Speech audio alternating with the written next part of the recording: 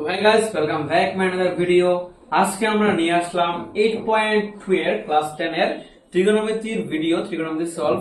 তো আমরা যারা যারা দুর্বল স্টুডেন্ট রয়েছে, যারা ট্রিগোনোমেট্রি একদম বুঝে না, ওদেরকে আমি বেসিক থেকে একটা বোঝাচ্ছি। তারপরে যদি ভালো লাগে আমি তারপরে পরের ম্যাথগুলো আমি দিব, কঠিন ম্যাথগুলো দিব। তো দেখো, বেসিক যে প্রথমে যে ম্যাথটা ছিল ওইটা নিয়ে আমি শুরু করছি। প্রথমে আমাদের এইগুলা যে sin 30 cos 60 এগুলোর ভ্যালু আগে আমাদেরকে শিখে নিতে হবে। তো ভ্যালুটা শিখতে হবে না, আমি এটার জন্য মনে রাখার জন্য টিপস এন্ড ট্রিক টেবিলটা আমি দিয়েছিলাম, বা না দিলে আমি দিয়ে দেবো, ঠিক আছে। তো চলো আমরা এটাকে ওখান থেকে আমরা টেবিলটাকে শিখে নিবে, তারপরে আমরা এই ভ্যালুটার মানে মানটা বসিয়ে আমাদের সলভ করতে হবে। তো বেশি কথা না বলে আমরা সলভ করে নিচ্ছি। চলো আমরা শুরু করছি। প্রথমে আছে আমাদের কি sin 60। sin 60 ভ্যালু কত হবে?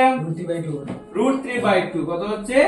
√3/2 ইনটু cos 30 ভ্যালু কত হচ্ছে? সেম √3/2 প্লাস sin 30 ভ্যালু কত হচ্ছে? 1/2 এটা ইনটু আছে না, একসঙ্গে আছে মানে ইনটুতে রয়েছে। cos 60 কত? 1/2 এটাও সেম 1/2। এখানে আমরা যদি সলভ করি, ইকুয়াল টু দিতে হবে, ইমপ্লাস দিতে হবে না। তো নিচে দেখো 2 2 যা 4 হচ্ছে, √3 ইনটু √3। আমরা অনেক সময় √3 ইনটু √3 মানে কি, মানে হচ্ছে গিয়ে √3 স্কয়ার। আমরা জানি স্কয়ার এর রুটে কেটে গিয়ে কি থাকে, শুধু 3 হয়ে যাবে, তাই না? এটা আমরা ছোট ক্লাসে পড়েছিলাম। তো √3 কি থাকবে, ইনটু করলে শুধু 3 হয়ে যাবে। আমরা এটা ডেসক্রাইব করলাম। প্লাস 2 2 যা 4, 1 1 যা 1 হয়ে যাবে। এখানে আমাদের এতটুকু অবধি গেল। থার্ড স্টেপে আমরা কি করব, এটাকে এলসিএম নিয়ে নেব। 4 এর 4 এলসিএম 4 ই হবে, কারণ সেম এর এলসিএম কি হবে, সেমই হবে নাকি, 4 হয়ে যাবে। আর 4 যেহেতু হয়েছে, আমরা এলসিএম এর নিয়ম অনুযায়ী 4 দিয়ে 4 এর ভাগ করলে কত হয়? 1।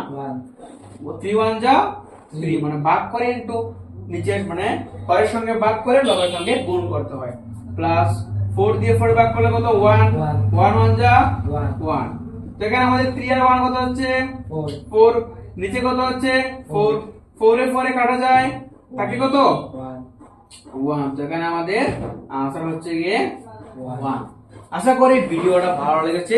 যদি ভালো লাগে, সামনে মাধ্যমিকের প্রি বোর্ড এক্সাম, তো আরো আমাকে বলবে, তাহলে আমি আরো ভিডিও বানানোর চেষ্টা করবো। টাটা।